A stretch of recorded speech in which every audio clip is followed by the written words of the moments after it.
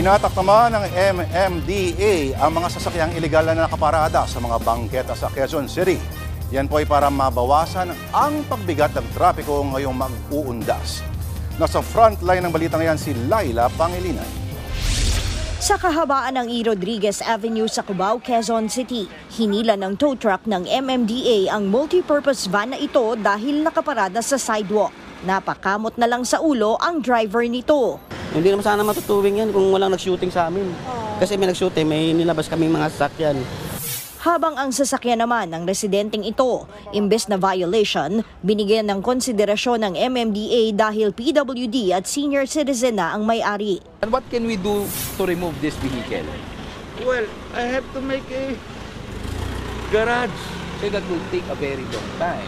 Are you aware po dun sa other side pwede ang parking on the right side? Nobody told me. I wrote the barangay. Pero kasi walang sinabi. The entire left side of this street, no parking. Pero ang right side po, pinapayagan. Maging ang mga nakaparadang motorsiklo, hinila ng MMDA. Pinakiusapan naman at ipinaayos sa mga tindahan ang mga pangharang o mga paninda nilang umuokupa sa sidewalk. Isinagawa ang surprise clearing operation bago ang undas. Susuyurin din ng MMDA ang mga bus terminal, traffic-prone areas at mga ruta patungong sementeryo sa mga susunod na araw.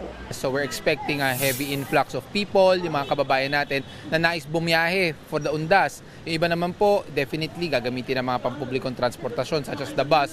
So it's very crucial for us na as early as now, we have more than a week to go. Na ngayon pa lang inumpisa na po natin yung intensified clearing po natin.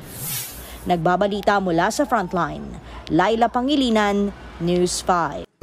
Mga kapatid, Julius Babaw po. Para sa komprehensibo at makabuluhang balitaan at talakayan, mag-follow at mag-subscribe na sa social media pages ng News 5.